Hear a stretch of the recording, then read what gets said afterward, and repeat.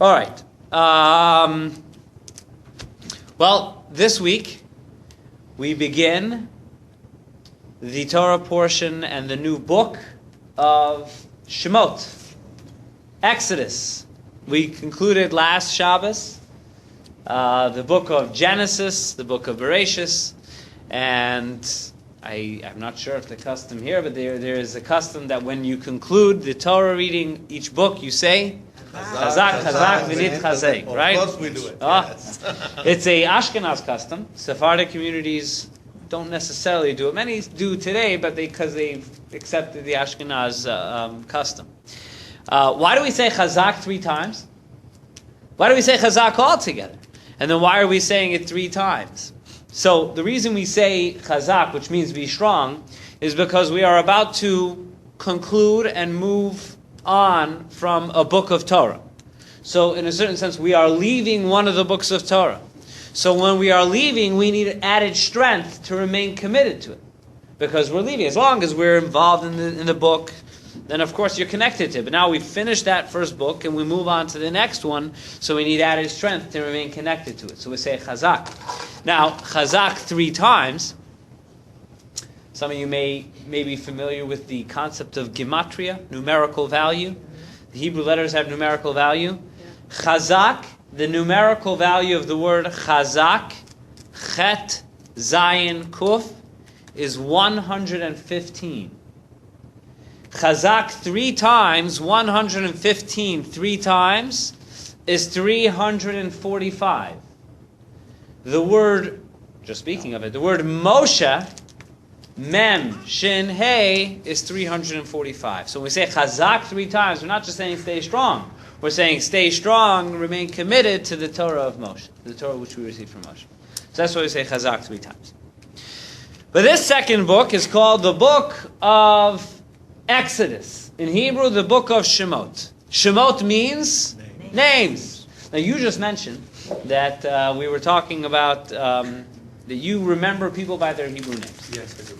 And this is what we're going to talk a little bit about today. Names are very important, and we're going to get into this idea of names. Because the question can be raised as follows. If you go through the 5 books of Torah, 4 of them, their names seem to reflect the essence of the book. Not the English name, but the Hebrew name. The Hebrew name is different than the English name. So you have Bereshit, Shemot, Vayikra, Bamidbar, Devarim. By the way, at any point I'm not clear, please stop me and ask. So you have the 5 books of Torah, which in English are Genesis, Exodus, Leviticus, Numbers, Deuteronomy. Now, if it's the name of the book, you would assume that it would carry the essential message of the book, right? So, Bereshis means the beginning. And the truth is the first book of Torah refers to the beginning. The 3rd book of Torah is Vayikra, which means God called out to Moses. The bulk of the 3rd book of Torah is God calling out to Moses, telling him what to tell the Jewish people. The 4th book, which is called Bamidbar, means in the desert. And the entirety of the 4th book talks about the travels in the desert. The 5th book is Devarim, which means the words, and it's the final words Moshe tells the Jewish people. So each one of those books, the name of the book captures the essence of the book. What sticks out and what doesn't make sense is Shemot, which means names. What in the world does names have to do with this book, which you can argue this book is the most critical of all? This book has the Exodus from Egypt. This book has the 10 Commandments, going into the desert, becoming a Jewish nation. And the name of the book is Shemot, which means names. The English name makes sense, Exodus. The essence of the book is the Exodus from Egypt. But what does names have to do with the book?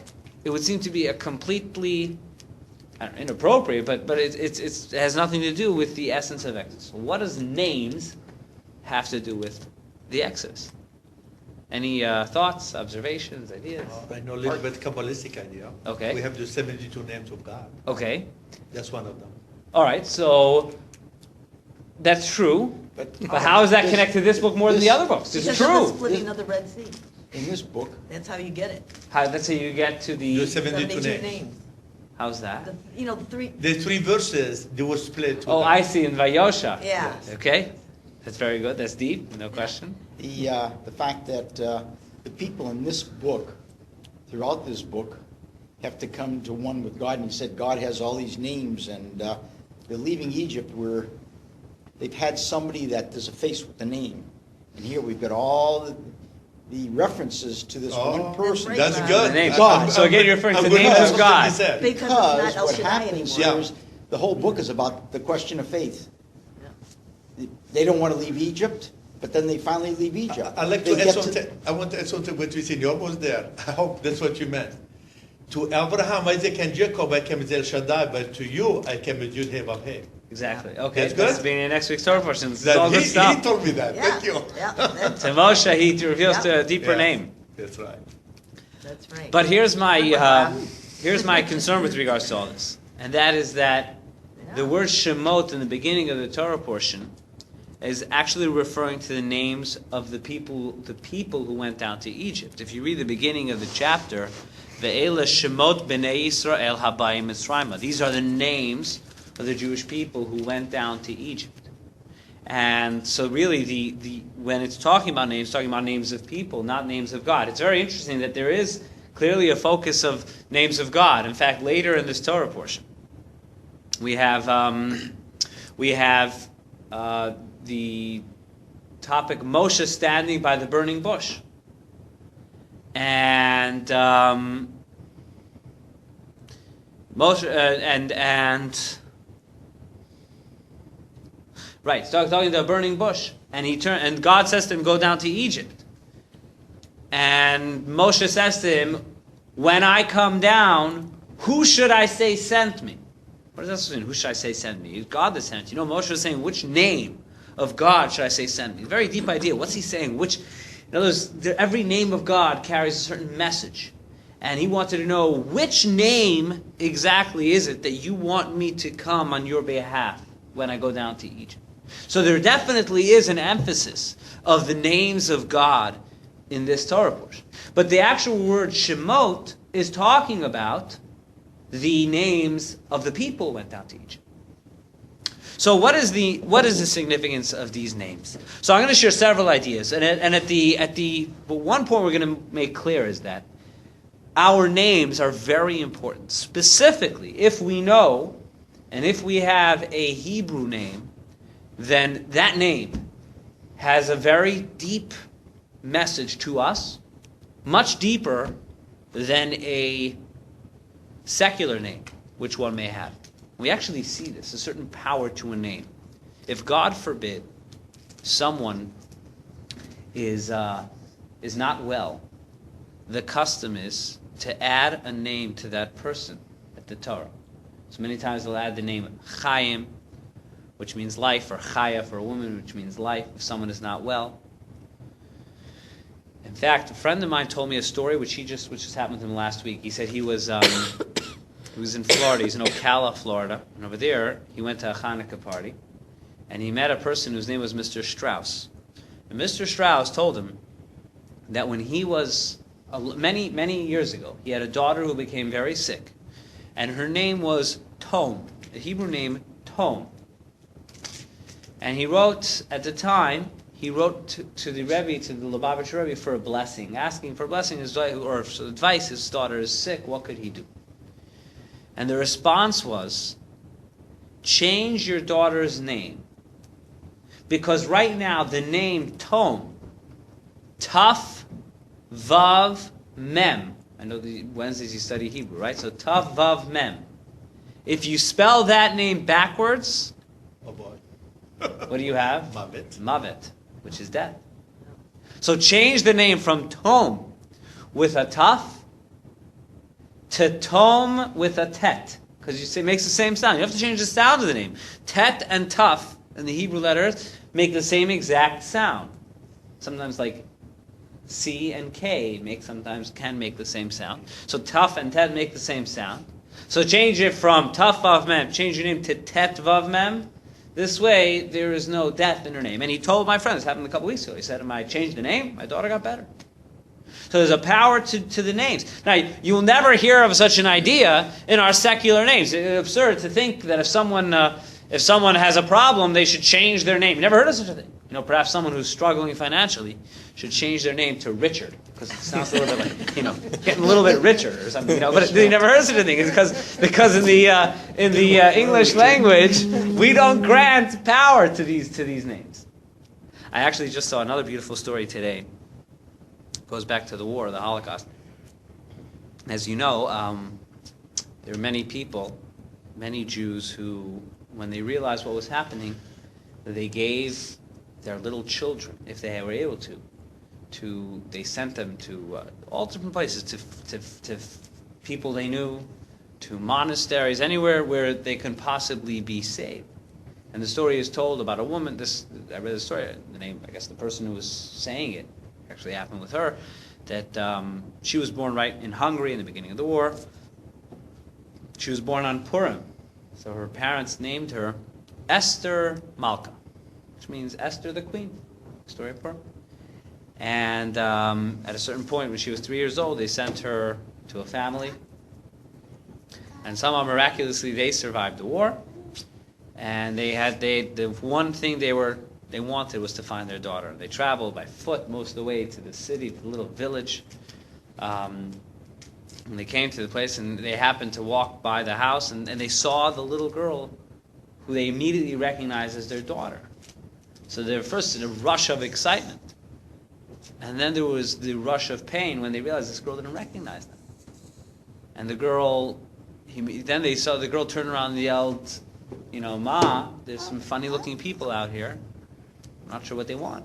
So the mother came out, and the one who was watching, came out, and she, stone-faced. She wasn't going to give up this little girl. And they're the parents, this is somewhat of a face-up, they know what to do. And then the mother just, in anguish, cries, Esther Malka, it's your mother, it's your father. And she said, all of a sudden, there was a blank look, and then it changed. There was like a flicker of recognition. And then it came flooding back, and she ran towards them. Wow. And interesting how there was that it wasn't, that what caused the memory was the name. There was nothing else, because she didn't remember the way her parents looked. She didn't remember their voice, but when they mentioned her name, the name triggered everything, and that allowed her to return to them. Anyway, but as we see, there is a power to a name. In fact, this is what I was looking at here before. The power to the name exists within every single person's name, but it also exists in the names of items, or say animals, for example. The Hebrew word for a horse is sus, right? An ox is shor. The Torah says like this. If you look in the beginning of Genesis, it says that where do the names of the animals come from? Where do the names of the animals come? Who gave the animals their Hebrew names? So it actually says very clearly. It says God brought the animals in front of Adam, and he gave them their names. After Adam was created, Vayitzer Hashem Elokim en Adam kol chayes hasad v'chol avashmaim. God created. This is chapter 2, verse number 19 of Bereshis. Vayavo el Adam, and he brought all the animals to Adam. Liros ma yikra lo, to see what Adam would call them. V'chol asher yikra lo ha'adam nefesh chaya hu shemo. Everything that Adam called them, that became their name. So the Medrash says like this. Says there's a background to the story. God said to the angels. First he said to the angels, because let's remember the animals were created on day 5, day 6, before Adam. So the first thing God turned was to ask the angels, would you like to name the animals? And it says the angels couldn't do it. And then when Adam was created, he brought the animals in front of Adam, and it says Adam named them. And then God turned to the angels and said, you see, his wisdom is much greater than yours. Which raises the question, what's the big deal about giving names? I mean, theoretically, if you were to give me any item, give it a name. You give me an item of, you give me an animal and tell me to give it a name. I'll put 3 letters together, and give it a name. Why does that display any sort of wisdom? But the answer is because Adam didn't just put names together. Every being, its name is actually its connection to its spiritual source of energy. And the angels couldn't recognize. The angels didn't have the ability to properly recognize the source of energy of each item. Adam had that ability. Adam was an extremely holy being. He made a mistake, but he was an extremely holy being. Adam he came across the horse, and he saw that sus, samach, vav, samach, was the spiritual energy behind this animal, and he named it sus. And that's why it doesn't say Adam gave them names. It says, Kol asher yikro lo ha'adam, everything which Adam called it, nefesh chaya, that became its living soul, hu shemo. It could have just said, Kol asher yikro lo Adam, whatever Adam called it, hu shemo, that's his name. It adds 2 words, nefesh chaya. What does nefesh chaya mean? It's living soul. Adam was able to find the living soul of this being and recognize its living soul in its name. The name is a conduit of energy. And therefore, your Hebrew name, specifically, really every name, even not necessarily Hebrew name, but most of all the Hebrew, it could apply to other names too, but most of all the Hebrew name has an energy which is drawn down to you. That's why, my name is Schneur. I learned today where the name Schneur comes from. Where does it originate from? I saw a person whose name is Rabbi Shlomo Luria, very, very famous sage from the 16th century. And he wrote several books, one of them called the Yam Shel Shlomo, and he said as follows. He said he came across an older person who had a father whose name was Meir, and he had a father-in-law whose name was Uri. And he said, and they both passed away. And he wanted to find a name which would be after both of them. So he named him Schneur, 2 lights. One for Meir, which means light. One's for Uri, which means light. So therefore, that's where the name Schneur comes from. I heard about 2 a husband and wife which come in front of the rabbi, and they said, we have a problem to settle. He says, what's the problem? They said, well, he says, I want to name my son after my father. And she says, I want to name my son after my father. So he says to her, tell me about your father. She says, my father was a really holy, righteous person, wonderful guy, honest, God-fearing, friendly, kind. And his name was Moshe. Okay? He says, what about your father? Turns to the man. He says, my father, he was a crook. He wasn't a good guy. We both know it. He was really not a very good, not a pretty evil person. But after all, I'd like to give my son a name after him. So he says, what was his name? He says, his name was Moshe. Oh. So the rabbi says, I have a solution. He says, I think you should name him Moshe. And in 20 years from now, we'll know who he was named after. There you go. That's a good one. Anyway, so therefore, the name which we have, just as Adam was able to see the spiritual energy behind an animal, so we have a spiritual energy behind each of our names. And there's something mine, neshama, my soul, somehow connected to Schneur, and someone else's soul is connected to their Hebrew name. And and whether it's Rachel, Leah, whatever it may be, and furthermore, I hope I know I'm kind of talking about jumping from thing to thing, all within the topic of names. But I hope you can based on this, based on this, and that's why we give people names following. And that is why we'll change a name at the Torah. Why are we changing a name? Because we'll add the name Raphael, because the name is not just changing a name. Raphael means I want to add an energy of refuah, of healing to this person. I want to add an energy of Chaim. I want to add an energy of whatever that name represents. The name carries an energy. So we're not just changing a name, we're trying to add a new energy into the person. Now it could be that person is destined, God forbid, maybe to pass away. So maybe there's nothing that can be done, but we'll do whatever we can. Just like we'll pray, and sometimes it's destined. Interestingly, according to Jewish law, when does a name considered to be part of the person is only if the person lives 30 days with that name. So that if in a circumstance where God Say forbid that someone again. is very 3 ill, days of Say that what? again now. the person has to live 30 days with that new name for that name to be considered part of their name. So if God forbid someone's sick and then a name is added and they pass away within the 30 days, that name is not considered to be part of their name. 30 seems like a strange number to use. 30 is we find halachically that 30 days in a certain way constitutes a permanent state of life. Have you heard of the concept of Pidyon Haben, redeeming of the firstborn son? Uh-huh. That's done on the 30th day. Once the child has lived for 30 days, we go through that process. So I don't want to get too sidetracked into that, but there is a significance to 30, giving it a status Without of calendar, life. it'd be 28. I'm sorry? You think without calendar, it'd be 28, you would have thought way back in biblical times. It has nothing to do with calendar. It has to do with what's... No, I understand, but the cycle of life, completion, now it's complete, now the change has taken place.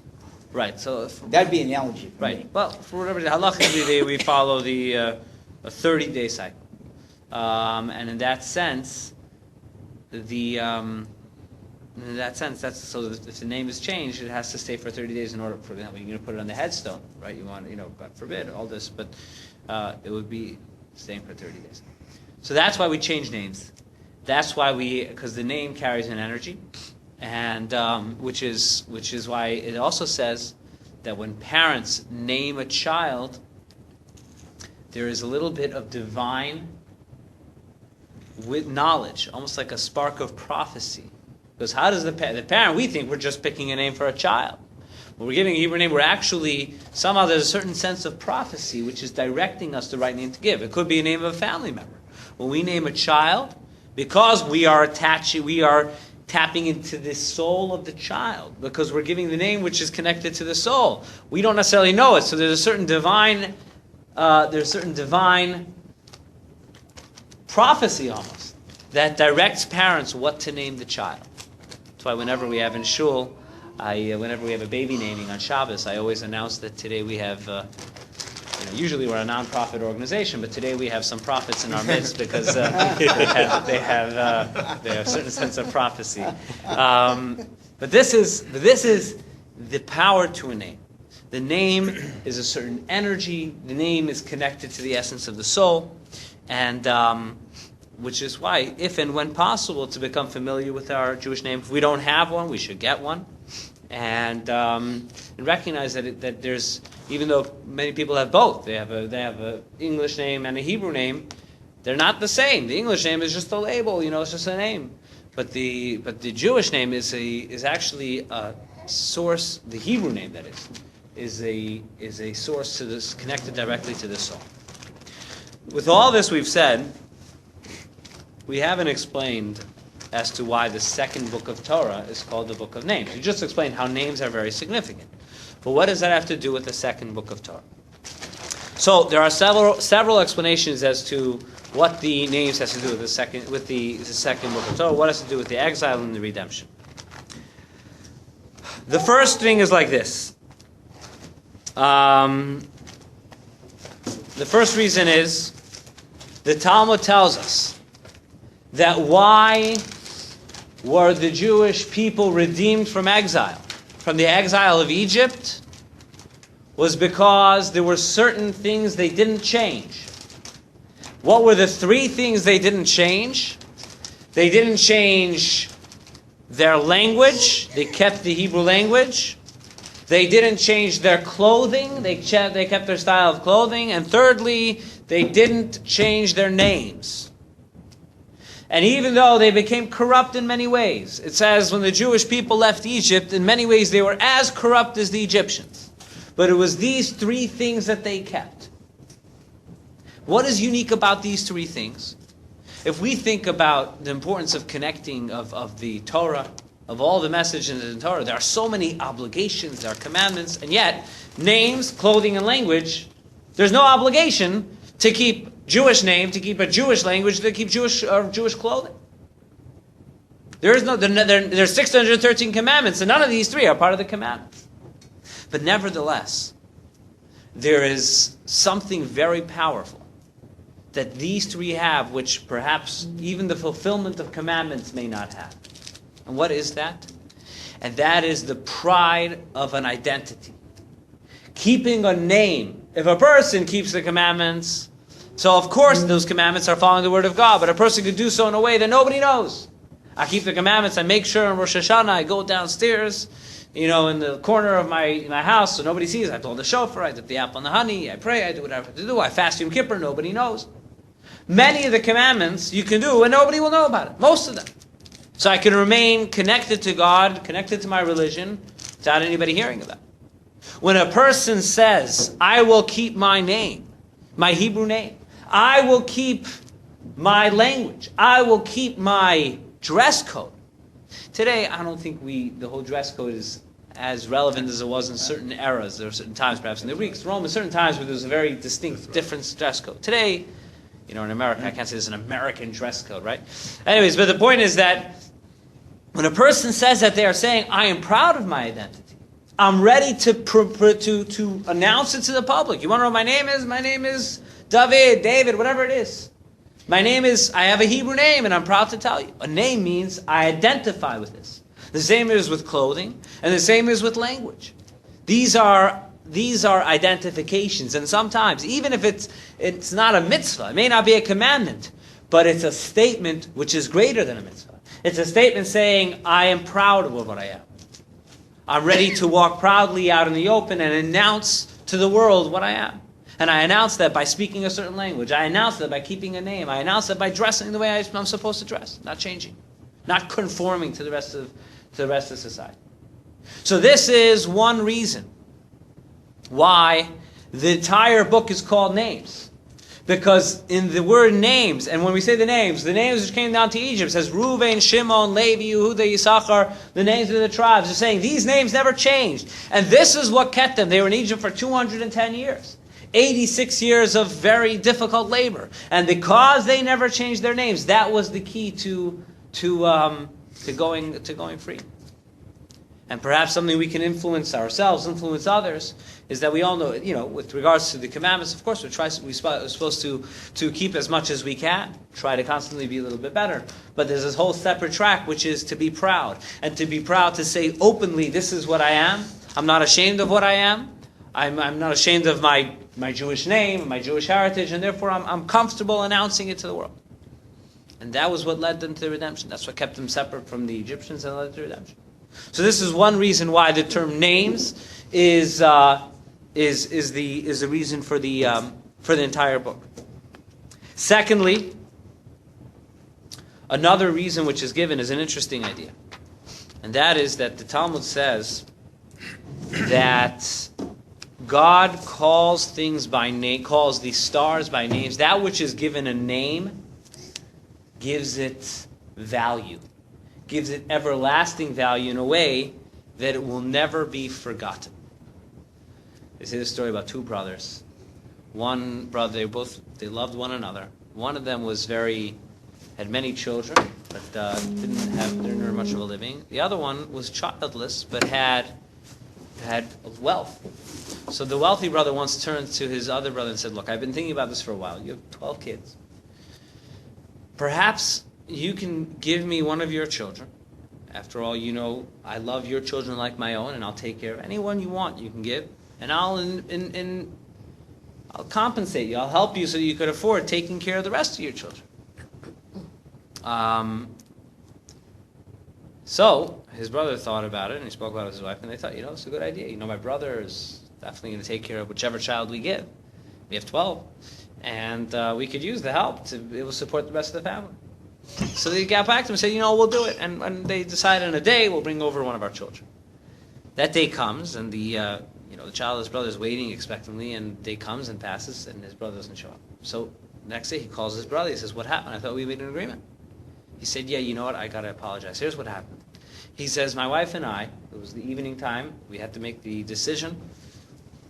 Which child was it that we were going to give? So we... all the children were sleeping in their beds. And we went from room to room trying to figure out which one. And then we realized we had made a terrible mistake. We thought that we had 12 children. Then I realized we don't have 12 children. We have one Chaim, we have one Reuven, we have one Sarah, we have one Rachel, we have one Chana. We have one of each. How can I give one? If I only Chana, how can I give that to you? How can I give my only Reuven? How can I give that to you? And this is the idea. So some parents, they say, how many children do you have? The answer is one of each. That's the answer. Because, big families. You just assume it's a big family. No, it's one of each. On that note, I come from a family of 10, and this actually happened. My parents always would tell us we're very rich. We asked, what do you mean you're rich? You don't have a lot of money? So they said, yeah, because every child is worth like $1 million to us. So one of my younger sisters actually suggested, so we should sell one to be able to take care of the other 9. That was her mathematical suggestion. Anyway, so the idea is that by giving something a name, it grants it an everlasting chashivut, an everlasting value which can't be lost. The obvious concern is the Jewish people going down to Egypt, they would become lost in the Egyptian culture. Even today, where we have a Torah filled with laws and mitzvot and beautiful customs and traditions, and we still struggle with being lost among the nations. How much more so the Jewish people at the time which didn't have a Torah. They didn't have any customs to cling to. They just had the clothing. They just had the fact that their father was Abraham, Isaac, and Jacob, but they didn't have the customs which kept them together. So there's how much greater the concern that they would get lost in the Egyptian culture. So therefore God gives them names. And names make something valuable. Halachically, this also has a very interesting halachic outcome. And that is that there is a unique mitzvah called shikha. It's the only mitzvah which can only be done inadvertently. There's 613 commandments, and one of them could only be done unintentionally. It's kind of a trick question, a quiz. Which commandment can only be done unintentionally? The answer is like this. It's a form of charity. And it's talking about the agricultural state of Israel, when people had fields. The law is that if you forgot a small bundle in the field, you had to leave that forgotten bundle for the poor person who knew about it, and they would come collect it. So the definition of the mitzvah is something you forgot. So therefore, you can't say, today I'm going to observe the mitzvah of shikha. How are you going to forget a piece of the field? And you're leaving it there, you're not forgetting it. So therefore, it is a mitzvah which can only be done unintentionally. However, here it's a strange halacha, but the Mishnah says, strange rule, and that is that if somehow this bundle has a name on it, if there's a name, if you've given this bundle a name, then even if you forget it there, it's not considered shikha. Because that which has a name can't be forgotten. And therefore, even if you left it there, it's not forgotten because you gave it a name. That which has a name cannot be forgotten.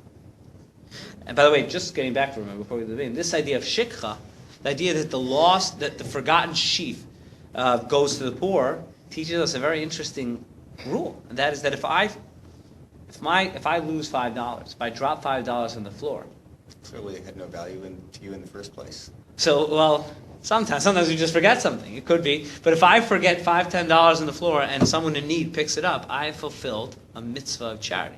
We don't think of charity that way.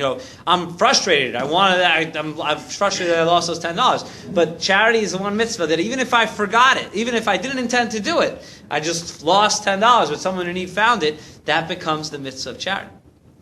But what this teaches us, that law teaches us something with a name does not get lost. Therefore, the name gives it an identity, an everlasting identity. So God begins the book of Exodus with the names, with all the names, calling it names. Why? Because by giving it names, it gave them an identity which would never be forgotten. Again, so far we've given two explanations. One is because they kept their identity by keeping their Jewish names. The other is that God gave them names, called them by name in the beginning of the book to tell you, by giving you this name, you will not be forgotten, you will not be lost. That's the power of name. And then there's one final message, and with this I think we'll conclude. And that is that with all this that we've just said, we've spoken about the importance of names, the importance of our Jewish name, what that means, the importance of identity. But truth to be told, the name is a very external part of what we are. How much is the name a part of you? The truth is, if you are to spend a day without being with anyone else, or a day in an island where no one else was, you wouldn't even need a name. It's arguably the name is only there for other people to be able to refer to you. So if I don't need a name for myself, then in a sense, it's not a very essential part of me. It's an external part of me.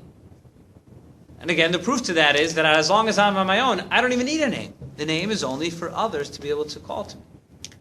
So therefore, in that sense, this is a deeper understanding of the idea of a name. A name happens to be an external element of the human being. That's why we believe we talk to God, we refer to God's names, and when we are referring to God's names, it's a way of saying we don't understand, we can't necessarily appreciate the essence of God, but we can appreciate the name of God.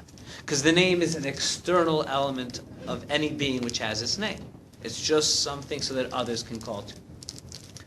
And this idea is also an explanation as to why the book is called Shemot.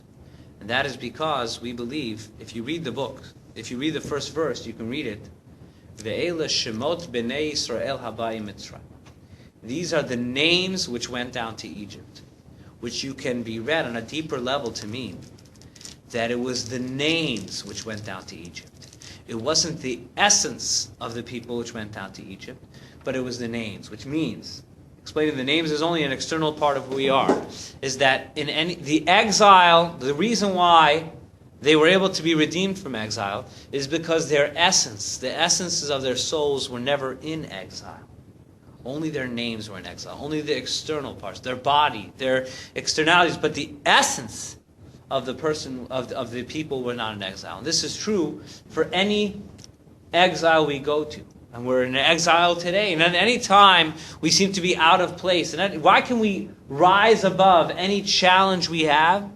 Because we believe that there's a part of our soul, the essence of our soul, which is godly, which is holy, which is transcendent, remains always connected to God, is always pure, is always holy. There's a part of us which is always pure and cannot be defiled.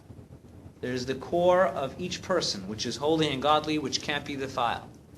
What is it that goes into exile? It's only the names. It's only the external part, the body, the action, the pain. Yes, it's very painful, it's difficult, but the reason why we always believe in redemption from our own personal exiles, our own personal issues, or redemption for the exile of an entire nation, is because we believe that the essence of each person and the essence of the Jewish nation, the essence is always connected to God, is always free. The essence remains free. Even when a Jew who was in the Holocaust in the Middle World War II, his soul remained free. His body was subjugated. His body was in torture. His body was pain. This actually came up in during the Holocaust in the middle of a concentration camp, in the middle of a ghetto, the Kovno ghetto. That there was a little shtibel, a little shul, and they gathered together to pray. And during the prayers, there's a blessing we say in the morning. Baruch atah Hashem, blessed are you God. Elokeinu melech haolam, King of the universe. Shelo asani aved, that you have not made me a slave. It's one of the morning blessings. So in the synagogue, one of the persons made that blessing, and another person started yelling at him. How can you make that blessing? Look where we are. Of course we're slaves. How can you say, thank you, God, for not making me a slave? We're slaves. We're the absolute epitome of slaves right here. And they approached the rabbi, whose name was Ephraim Oshri, and they asked him, what should we do? Should we say this blessing or not? And he thought about it, and he said, we should make this blessing. Because we believe that even in these horrible circumstances, there is an essential part of us which is free. There's a soul which is free.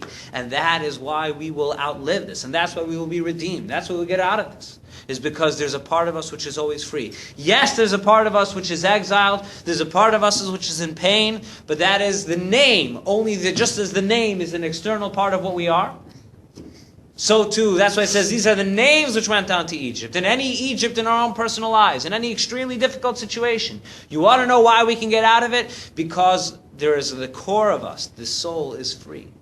It is the body, it is the name, the external part of us, which is in exile. And that's the third reason. Therefore, the name is appropriate for the book. The name Shemot, the name names, fits the entire book, because the book is about Exodus. The book is about going free. And by giving it the name Shemot, which means name, it's giving you three explanations as to why they get free. The first is because they maintained their identity. They kept their Jewish names. They kept their pride of who they were, and that led to their redemption. The second is that by giving them a name, God said anything which has a name has an everlasting strength which will not be lost. And therefore, by giving them the names as they went down to Egypt, God was saying, you will not be lost among the Egyptians. And the third point, which is really almost somewhat a very different spin than the first two, is that in a sense, a name is only an external part of what we are. My name is really an externality. And as we said, a name is really just so that I can relate to others. So it's the external part of what I am. The message was that only the external element of each of the people went into exile. But the core, the soul, always remains connected to God. And therefore, because it remained connected to God, it's able to be redeemed. And that exists in every one of our own personal little exiles, as well as the general exile, but in our own little exiles, our moments of distress, our moments of Egypt, which we feel we are trapped by Egypt. We should know that it's only that our core is never trapped. Our core is free. And this is the significance to the word Shemot, the word names. Everybody had a question. Yes. I always have a question. Yes, that's always good. a question. It would worry me if you didn't. This is a little paradoxical there because they didn't go into exile. They left in exile. But the book says they went down, they sojourned, they flourished, they multiplied, and they went down because they were leaving bad times. And they went to Egypt for redemption, and they found redemption because they're welcome, they provide services, they grew as a population, and that's what bothered Pharaoh as they became stronger and stronger. He saw them grow, multiply by number, by wealth, by power, and that's why he got concerned. But when we say they went in exile, they came from exile, but they went down as free men. So is there Right. a little Okay, bit so of there's paradoxical thing saying they went into exile? Right. In the Haggadah, Mhm. we say that when Yaakov went down, I don't know the exact words, if you have Haggadah here, but the exact words are slipping my mind. But we say that Yaakov went down, he was forced to go. Onus, so that's what it says. Onus al pi hadibur. That Yaakov was forced to go down to Egypt. It's referring to this, to when they went down. Because Yaakov understood that, yes, they were going down because there was a famine. They were going down because Joseph was there. But ultimately, he was leaving Israel and going to Egypt. And he knew that this was the beginning of the exile, which already his grandfather Abraham heard directly from God that this would happen. Abraham was told, your grandchildren will go down and they will be in a land which is not theirs, and then they will go free. Jacob knew that this was the beginning of the process, and that's why he asked to be buried back in Israel. And what does Joseph say at the end of the book of Bereshis? At the end of last week's Torah portion, what are his final words to his brothers? He says,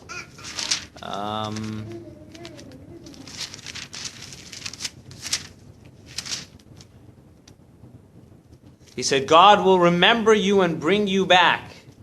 God will remember you and bring you back. And when he does, take my bones with you. What does he mean, God will remember you? They were not enslaved then. At this point, they were still illustrious people in Egypt. But they all understood that even though materially this is not the Holy Land. And they recognize this as an exile. The exile got a lot worse. But Yaakov, we say in the Haggadah, he was forced to go down. He wasn't excited about going down at all. So it definitely was a changed exile. But it went from exile to slavery. They weren't slaves, but it wasn't exile. It went from exile to slavery. Sometimes I just wonder things, that's all. Of course. No, that's good. So that's, One more comment. Yes. One of the most beautiful name I know is dog. Dog means kelb in Hebrew, kelb in Arabic. Means like Kelb? heart. Oh, yeah, okay. Yeah, Heart. kelb, it's in Arabic. Kelb. Kulolev. It's like Kulolev, yes, heart. it's all heart. Yes. And the other about 30 days, I believe they mourned Moses for 30 days. Who mourned Moses for 30 days? The Hebrews. Yeah. Yes. So 30 days, when he said the word 30 days, Right. they mourned him for 30 days. Yes. So that's where the 30 days probably came up from too. No? I think the 30-day. There was a mourning. Okay, yeah, it's connected. Yes, certainly, but it's more of a medical issue when it comes to the 30 days. Otherwise, but yes, yeah, no, you know what? You're right. No, that is true. I agree. Yeah, that's considered a full cycle. To a certain I have degree. one more question, I forgot. Miriam. No, Leah. Oh, Leah. What? You know what your name means? What? What's that? I'm asking her, she knows what her name means. Oh, I don't know Leah? the names. Leah. That's a Hebrew name. Oh. Miriam, that's all I know. That's a Miriam. difficult word. I think Some of it them is- are hard to know. We Yeah. don't know. We don't know all of them where they came from. Where? Right. But there's a lot of laws with regards to names, about naming and about naming it after someone who was good. We try not to name after. You know, what's interesting is today in Israel, a common name, interesting, in modern Israel, which is given, is Nimrod. It's a common name in Israel today. And Nimrod was not a very good person. That's right.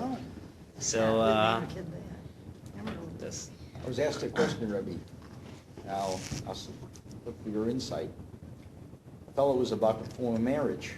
He said, it's a lay person, but he's been asked to perform this marriage. mhm, The man is not Jewish, the woman is Jewish. mhm. And he was concerned because, not because of bringing the two religions together in a non-denominational type wedding, but the woman is divorced. He said, I know in the Jewish faith, divorce is not a accepted thing, but you could get a get. I don't know if I agree with that. And I said to him, I don't know that biblically, and I said I have to really think about that. Divorce is accepted in Jewish law. There's a verse which talks about it, and there's a whole tractate in the Talmud about the proper way of Proper way to divorce. go about it. Sure, divorce is obviously I'm He not said- happy about it, but he it's said- definitely an And option. he was troubled by this because he said, people make a commitment just like people are committed to God. When they go into marriage, they make a commitment. And he said, if they break this commitment, I don't know the character of the person because maybe they break their commitment to God. This was his feeling, and he's troubled by this because he wants to officiate over this wedding, and he's asked me what I thought about it. And I forgot about it. He asked me last The week. first and issue is the greater issue, is about the wedding between Jew and non-Jew. That's the issue. That's one issue. That's one But- issue, but that's not his issue. Right, And okay. I'm trying to help The other him issue with his with issue. regards to Judaism recognizes the concept of divorce, and I don't believe it's an indication of a person not being able to make a commitment. It just could be an indication that the two personalities didn't blend properly. We believe God blends with everyone properly. So, I'm not going to compare that to one's connection to God. In order for marriage to work, it needs two people to see eye to eye and to work in a state of harmony. So sometimes it's just not a match. So it's not an indication of a lack of commitment. Secular rather than spiritual. The point is that there's this, it says that Moses separated from his wife, Moshe, at the end of his life. I don't know if he got divorced. Some say maybe he got divorced, but that's for a different reason. The point is that divorce is allowed in Jewish law. And we don't look down at people who've gone through a divorce. I just didn't want to give him bad advice. Well, Right. the difference is the relation between us and God, it depends on us, not on him. He's always there for us. Right. And except to me, if I want that relation. Right. So that's when therefore, he's always there, yeah. waiting for you. Exactly. How many times he said, turn and come to me, and I will redeem you, I will save you. Right. So, right.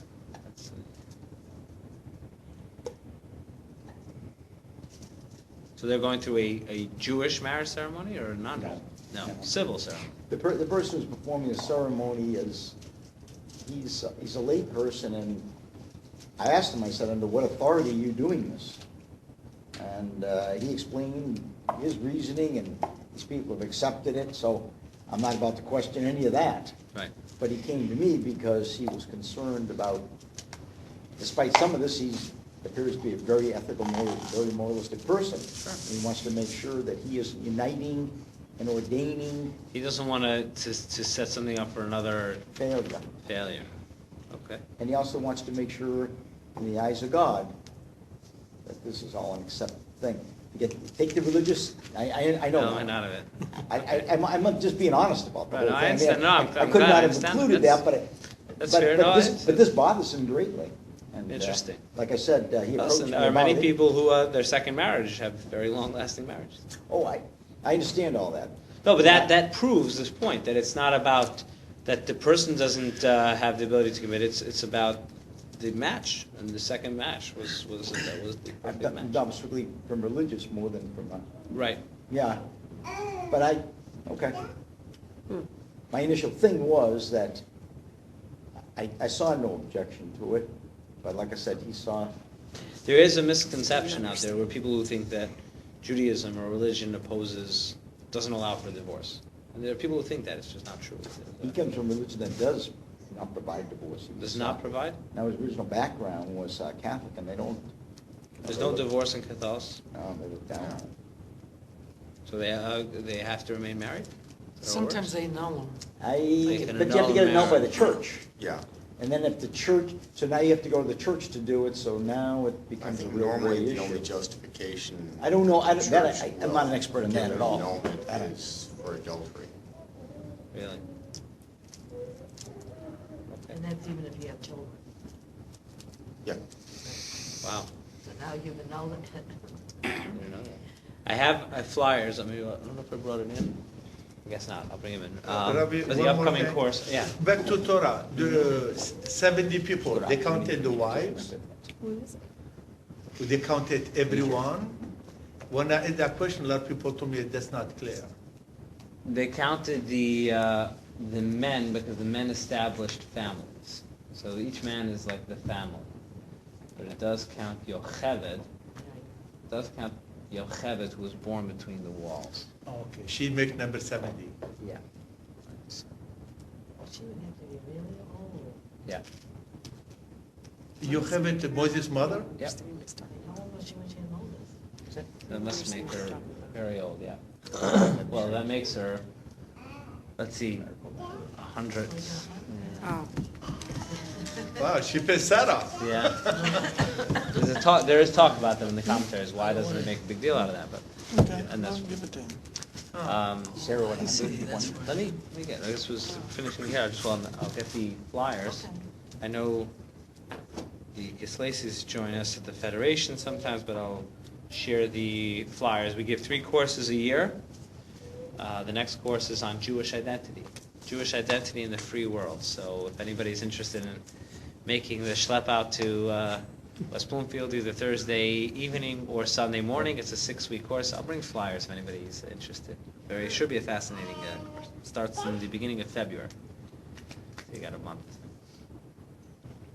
All right, so it's a pleasure again, and hopefully we'll be back in a month from now. Thank you. Thank you very much. A month from now, we'll be reading about first of all, a month from now is Tu B'Shvat. It's the 15th of Shvat, which is the Jewish birthday of trees. And then it'll be the Torah portion. Maybe we'll talk about the giving of Torah, the 10 Commandments.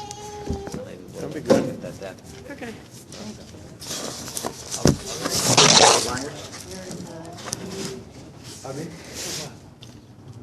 To commemorate the names